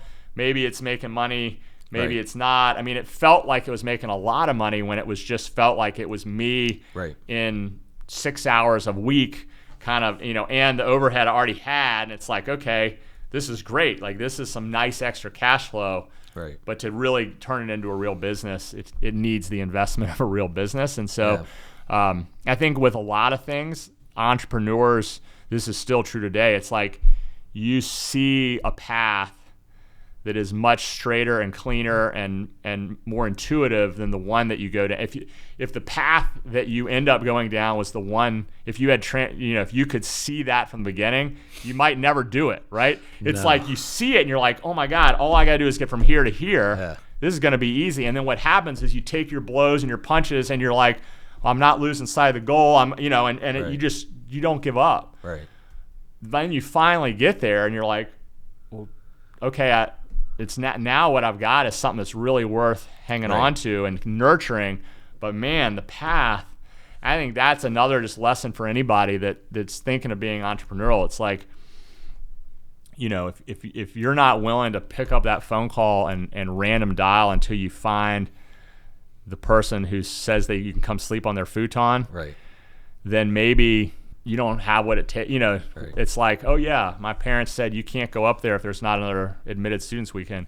Guess what? There is another admitted students weekend. It just took me an hour and a half of dialing random numbers until I got lucky enough to find the person who said I could come stay. And then I was like, yeah, it's totally there. And I think so much of what we do is, it's like we can see what's next. And now, to give credit at this point, so much of that is other people who share that vision. And so I, again, would be completely remiss if it's at this point, it's not me, it's we on the team who are going, what does it take to make that right? And the biggest compliments that I get from our clients now at Gardner Construction are the people that are saying, oh my gosh, Dylan was incredible, Caleb was incredible, Alberto was incredible. It's the guy, they're now looking to those guys and saying, I couldn't have done my project without them. And so for me, I think that's the the biggest reward for an entrepreneur is seeing how your business is positively affecting all these other lives, right? It's creating a place where they can really grow their career and do something meaningful. And you know, and in many cases, it's like that is, you know, we are doing something that's so special and so meaningful. It's like I tell everybody, it's like I want you to be able to ride by this and be absolutely proud of, you know, when you see that person in the grocery store, I want them to be excited to see us and come up and go, oh my gosh, like look at the pictures of this or this or that. Or so it's interesting because I've learned a lot from you the first few years because we were in a small office together as you know, Peak was getting off the ground, and then we started hiring people and moved out, got kicked out. But I learned a lot, and it was interesting because early on you were like, we want people to see our brand. We don't want to hide our brand because we're ashamed of it. And that's one thing that led to like this shirt. Yeah. Because I'm like, I'm proud of what we're building, what we're doing. We're not perfect, right? We will make mistakes every day, but it's because we're pushing forward and trying to do better and trying to learn and trying different things. And we're hiring new people and bringing new people on. And while we're not always going to be perfect, I'm very proud of what we're doing. And some of the feedback that we get when it says so-and-so did an incredible job, your property managers are incredible, or your finance team is just out of this world. They're super smart. They know what they're doing. When you hear that feedback, you're just, it means 18 times more to me to hear positive feedback about our team than anyone say anything good about me. I don't care. Like, it is 100% their work and their effort that is making what this company, what it's turning into. And it's incredible. In 2018, we were getting started. 2019, we started bringing on a lot more clients. 2020, it still wasn't making money. And I remember specifically we sat down at Elwood's and we said, hey man, you know, this is a lot of work. We got to figure out what to do with the company. And I think you had offered to write me a check, and you said, just take the check. I feel sorry for getting you this far down the line. Take the check and go work at this other real estate firm. And I remember I considered it because that check was more money than I had ever seen at one time. But one, that says just incredible things about you as a business partner. Because you had I got myself into it, right? And we didn't figure out how to make money. And you were like, hey, I'm going to write you this massive check for me, this massive check to go take care of yourself, take care of your family, and make sure you're in a good position moving forward. And I'm sorry that we couldn't make money. And then the alternative was, well, I don't feel like I'm able to make really like big decisions because it's your money. And I value you and your money. And I know that you've already invested so much into me and in this opportunity where, I felt like I needed to buy into the company, and then the rest is history. We ended up doing some deals and working through it, and then I was able to get majority ownership, and the company's turned out pretty well. We still have a long road ahead of us, but we have an awesome team, and I'm very thankful for that opportunity. I wanted to get into a couple more quick like investment strategies and talk through those, and then I want to get into your future. What you see ahead, what you're doing now, what you're focused on now outside of Gardner, and then your future and kind of where that's going. I am interested in the kind of the different mindset type stuff because we know you're building your single family portfolio. That's grown. You've done it through some creative different ways and different financing and things like that. And you figured out ways to make it work. Talk to me about the medical building that you did where you took 2% ownership in that. Walk me through that. Yeah, well, that was actually the second medical building I bought with the same investor out of California, and someone that I'd known since I was a kid, was a fraternity brother of my father and a good friend, and he believed in the Virginia market. He had bought some single family stuff years earlier, but he was, as he got more successful, he was looking to place some larger chunks of money. I had actually, something was humbling for me before either of those two deals, right after the 2008 crash. I didn't have the liquidity. There was an incredible opportunity to invest. I thought this is just a slam dunk. We had the opportunity to buy into some existing medical office in Mechanicsville, as well as future pad sites at less than the land development costs. It was just a crazy opportunity, and it was very humbling for me because I could not convince that same investor or anyone else to put money in, and I didn't have the liquidity at that time. And so that was just a lesson that it's shaped me in terms of how I think about debt and liquidity. But the medical deals, so that one, I wasn't able to get them. But then, things started to warm up a little bit. We bought just a very traditional single tenant medical office building, AAA rated tenant, and really a traditionally structured deal. He was looking to put in cash. I rolled in brokerage fee and threw a little cash into that first deal. Totally traditional deal, right? Then the second one came along, and I'm putting together pro forma for him. And when I put together pro forma, I was built it in to show, compare to something else he was looking at, and I put depreciation as this add back, this tax advantage. And he looked at it and said, well, you can take that off the pro forma. And I was like, why would we take it off? He's like, that doesn't mean anything to me. I don't care about depreciation. And I was like, try to explain why I thought he should. And he's like, I've got a lot of interesting tax things that you might not understand, but that doesn't mean anything to me. I said, man, that's interesting. And I think that's where you got to go, well, what does that mean, right? You might just go, well, hey, can I sell it? And what I ended up doing was structuring the deal, and I had to run this through the CPA and the lawyers to make sure it could all work. But a structured deal, I was a 2% owner, I guaranteed him a higher return. So it's like I would take no return until he got a certain return threshold. But as a 2% owner, I got 25% of the depreciation. Awesome. And, we had to do certain things to make sure that I had enough basis to be able to use the depreciation. And so the lawyers kind of figured that out. But then we did an accelerated depreciation schedule. And so there were, years in the front end of that deal where I was making $0 but getting a $60,000 write-off. Right. That's and incredible. Because I'm a developer, I could use that against my ordinary income and any other income.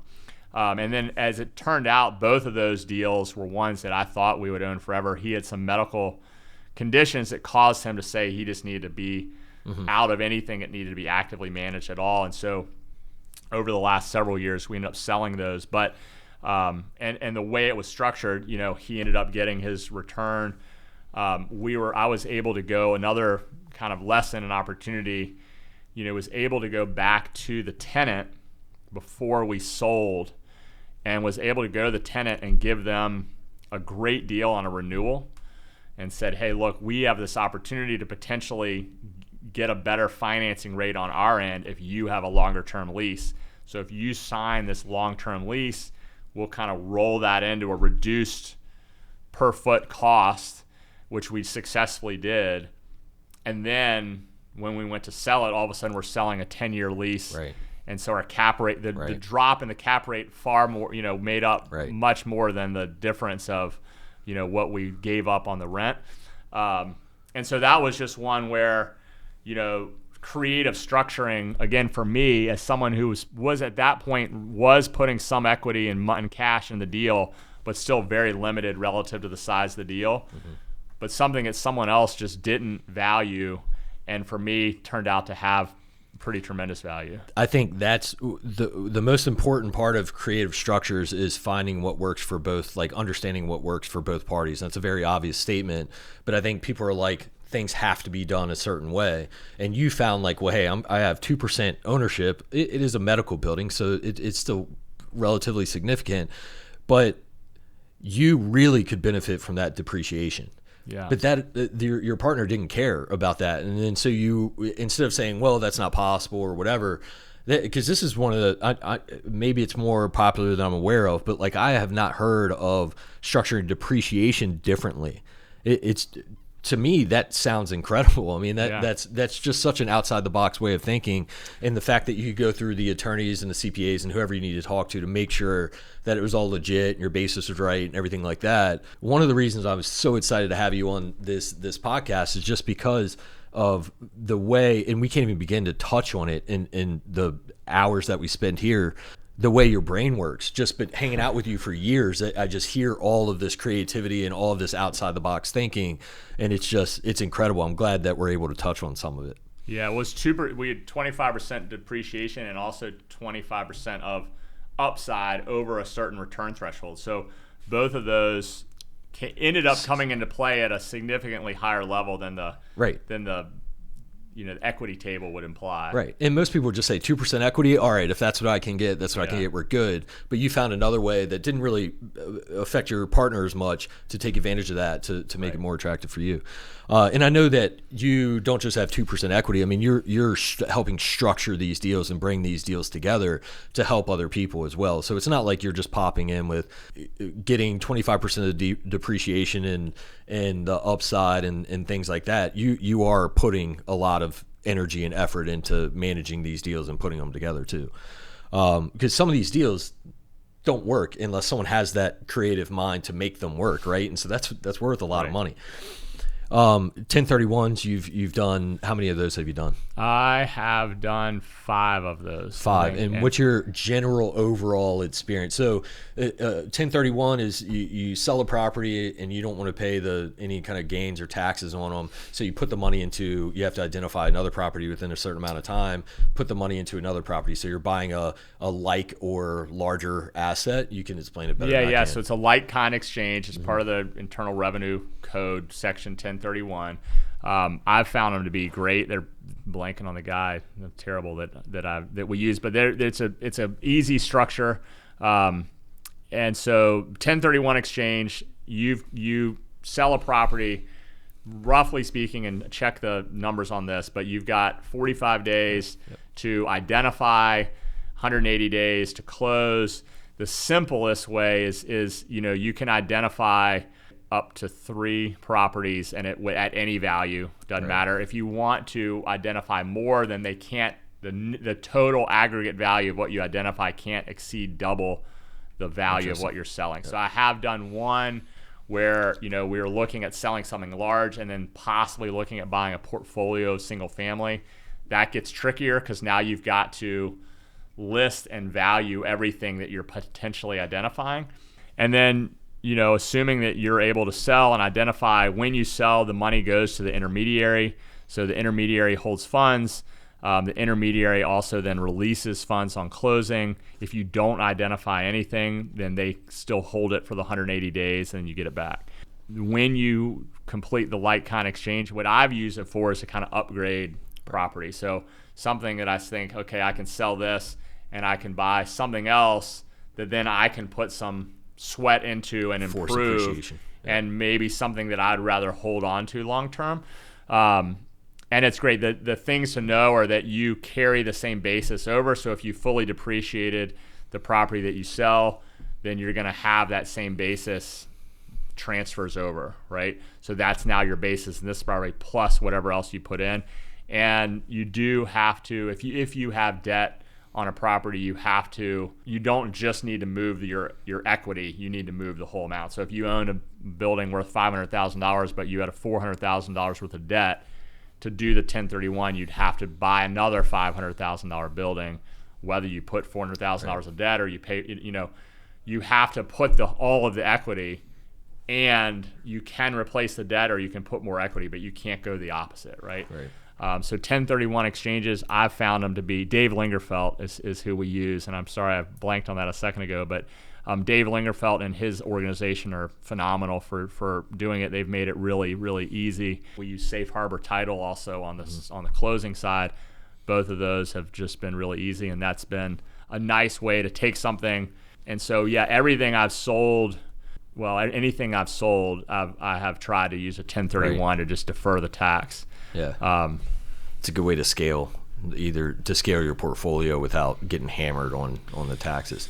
There's an investor that's going to be a guest on this podcast. He's lined up to come in soon, but he has gotten into buying office buildings all over the place, and he will just 1031. He basically flips office buildings, and he'll 1031 as much as he's able to, and then whenever he needs more capital, he just sells it, and then we'll 1031, and he does all these things like to split them, like to buy 2, and then he might sell 1 1031 to keep that going, and then sell that for capital and stuff. But it's a great tool. One thing to keep in mind, you do, again, check with your lawyers, but it does have to be something that you intend to hold as an income producing. So you can't flip. Right. I know that what you meant, but just so people listening, you've got to hold it for a year, or at least intend to hold it. Right. And then as long as the intention is there.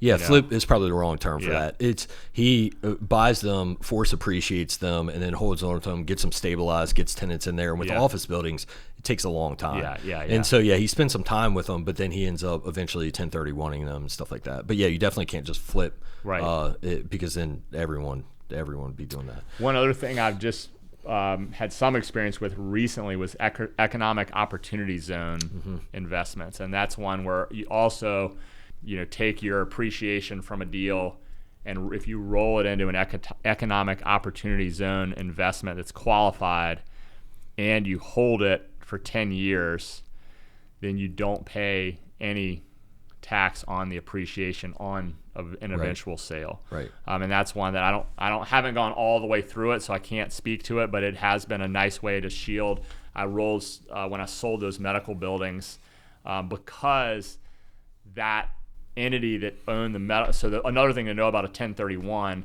is the same entity that sells needs to be the entity that's buying. And so for the medical deals, that wasn't an option for me because I was a small partner and my partner in California was looking to exit and move into securities, right? And so, but an economic opportunity zone does allow me as an individual to take those gains and defer the tax that way. Awesome. I love it. All right. So that brings us mostly to kind of what you have going on the investment front. Obviously, you're building your portfolio, you're making moves, you're doing awesome with Gardner. What does your future look like as far as what are you focused on now outside of Gardner? You're still running strong with that. What type of impact do you want your current network, relationships, investments to make? Yeah. So, I mean, I'm a big believer in if we all just work to make our own community, our own little spot in this world a little bit better, I think that goes an incredibly long way. And that starts with if you're the kind of person that's walking down a trail and you see a piece of plastic and you pick it up and carry it with you to the next trash can. I mean, I think that's a lot of just the spirit I'd like to embody. I think one of the things that I'm focused on outside of Gardner right now is a nonprofit that I started last October called Bring It RVA. I'm repping one of those shirts today. Bring It RVA is a 501c nonprofit. We are focused on making Richmond a stronger and more connected community. Stronger together is our motto. And we're at Bring It RVA on Instagram, bringitrva.org on our website.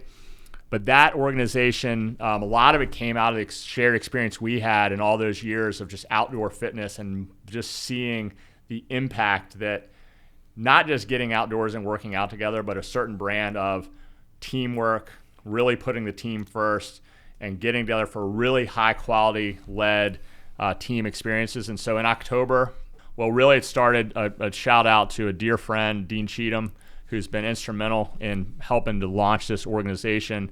Dean is a phenomenal businessman, a mentor to so many people, including myself. Just one of these people that I would go into battle with. He is fighting a battle with glioblastoma brain cancer. Just absolute courage and humility and just a positive outlook every day. But I led a workout for him in June of 24. I just, when I learned about it, and just reached out to Dean and said, hey man, would you allow me to kind of lead a workout and do something for you? And he was nice enough to allow that. And over 150 people came out, just an incredible outpouring of support. And we directed everyone to make donations to a foundation and a scholarship fund that Dean set up for his son, Dean the fourth, who tragically died in an automobile accident. His son Dean was a varsity football player at James Madison, was a coach, won a national championship, came back to Richmond, was working, living his life, tragically got in an early morning automobile accident on his way to work. Dean started a scholarship fund to benefit in his name. It provides scholarships to these guys who are going out to be graduate assistants, the earliest stage of coaching. Traditionally, it's been an unpaid opportunity, and Dean is creating opportunities to give these guys a stipend. Well, we did this workout, and we raised a lot of money for that scholarship fund. We couldn't get reporting from JMU. We're going, hey, how much should we raise? And they really struggled. And so in talking to Dean, and this had been a kind of something on my mind for a while, is, man, wouldn't it be great? You know, we're in this as instructors because we want to help improve people's lives, right? And I think there's so much opportunity to then use that as a platform, as a nonprofit. So started a nonprofit, filled out the paperwork. We got our nonprofit letter in September of 2024. We led another workout for another dear friend, Jennifer Gardner, on the full moon, October 17th, 2024. And at that workout, we officially launched Bring It RVA. Since that workout on October 17th, we've led a free workout every Friday. My daughters, shout out to my girls. I've got 2 in college and 1 in high school. Eva, Charlotte, and Juliet are running the social media pages. Juliet is really taking the lead. Eva developed our logo and the font that we're using. So it's been a family effort on that front, but certainly, Dean Cheatham, Jim Driggs, Jimmy Stanley have been incredibly instrumental. So many folks, Barry McDowell, just people that have helped to form what that organization is. And so we're doing free workouts every Friday. If you hear this and you want to come check us out, 5:45 a.m., Dogwood Dell, we're leading free workouts. We are also in the works on developing, we really want to identify, recognize, and celebrate these unsung heroes, right? So it's that person that's working at your local 7-Eleven that just remembers people's names, the people that are doing the small things to be the glue in our communities that might not be getting recognized. We want to bring dignity to those people, celebrate them, give them some cash, a stipend. And so we're working on that. I think one of the cool things that we've been able to do, people following our Instagram. So we had the opportunity this spring, the Freeman Women's Lacrosse Program, Coach Christina D'Angelo, incredible coach, led back-to-back teams to state championships at Freeman for women's lacrosse. The team this year was struggling and had lost some pretty big regular season games. Christina reached out. I had done a workout with a team in the past, and she reached out and said, hey, would Bring It be willing to come do a workout with our team? And absolutely is the answer, right? So we went and did. The team lost to Cosby the night before. We did a workout. Again, I'll put all the credit to the girls, but we led a workout. We talk about, silence is selfish. We put people in position where we can start to see who keeps their head on a swivel, who's thinking about their team, and who starts to look inward. Right. And we really talk about who are your real leaders. And I think one of the things we helped expose was, some of the leaders on the team, they might have felt like they couldn't step up and lead because they might not be the senior captain, they might not be in position. And for the team to be successful, everyone's got to lead, right? How many people does it take to screw it up? One. How many people does it be successful? The whole team, everybody. Right. And that team went from that workout, and again, all credit to their coach and the players, but they turned their season around. They went ranked 4th into the regionals. They knocked off the first place Godwin, which was their rival. They made it all the way back to the state championship game. They ended up losing that game in a really tough-fought game. But an incredible opportunity to just be a tiny, tiny part of that success. And then from there, we just recently had the opportunity to work out with the VCU men's basketball team. I'm wearing that shirt today. Coach Daniel Roos and Phil Martelli Jr. Brought all their staff and their team out. We led a team workout, an opportunity to see Dean Cheatham back up there in front of the guys. I mean, he is an absolute legend at Hell that. Yeah. And dude, I love Dean. And just, it sends me shivers just thinking about it. If you go to our Instagram, look for a video my good buddy Curtis made, and it's Dean Cheatham. It's footage of us running a morning workout, and it's Dean Cheatham just voiceover, and you see him saying, and he's one of these people just makes you laugh, right? And so check out the video. I won't do it justice, but he's sitting there saying, everybody says that everything's getting more expensive, but push-ups are still free. Yeah. The price of push-ups has not gone up. Yep. And anyway, for me, the opportunity to do it is great, but also I know both Coach Martelli and Coach Roos came up to us afterward, and just our ability to help connect people and get people communicating and get people understanding, look, if you want to be a championship team, there's certain things that championship team, it doesn't matter whether it's a corporate team, whether it's your business or my business, whether it's a sports team, right? You've got to have buy-in, you got to have grit. You've got to have everybody on the team has got to be willing to step up and lead. If you can get those things happening, it gets incredible. That team is going to win 9 times out of 10 over talent, right? You got to get those things happening. So awesome opportunity to work out with VCU. Shout out to the Rams. I'm a big, season ticket holder and big fan. But another thing I'll just say about that organization, we are what we call 0% expense ratio, right? So when you donate to a nonprofit, you might think, well, how much of my money is really going into the community? How much of it is covering expenses?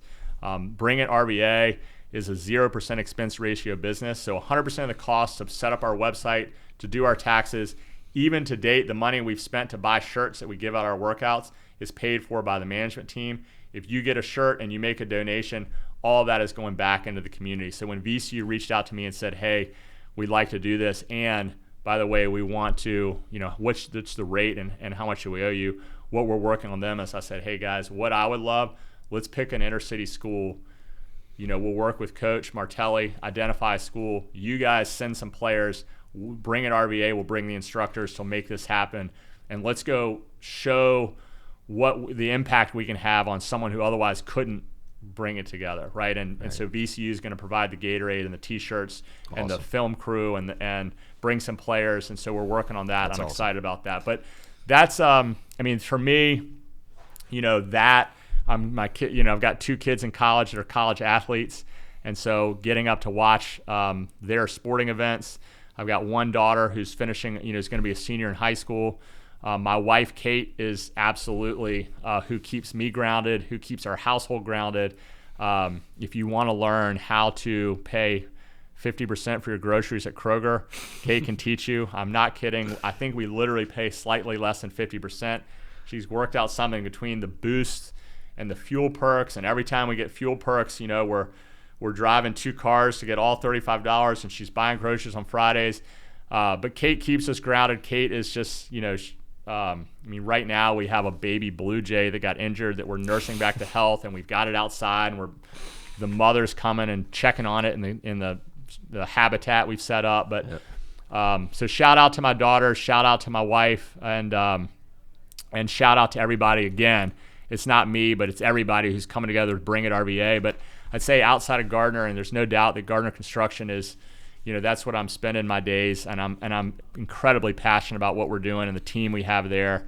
But come check us out 5:45 a.m. I'm a big believer in Richmond, Virginia. I think we are still the best kept secret in the U.S. Really bullish on what we're doing here on the economy, and I want Bring It RVA to have a tiny part in just helping to make sure that we're connecting people. If you come out, I promise you will leave knowing people's names. It's a very inclusive group. You don't worry if you're nursing an old injury, we'll work around that. We have a woman who comes out who had 2 hip replacements. So we've got everybody from people that are incredibly fast and fit and people that, are just ready to get after it mentally, but they might have something that they're working through. We can work through all that. Just come on out and check us out and, help us spread the word on that.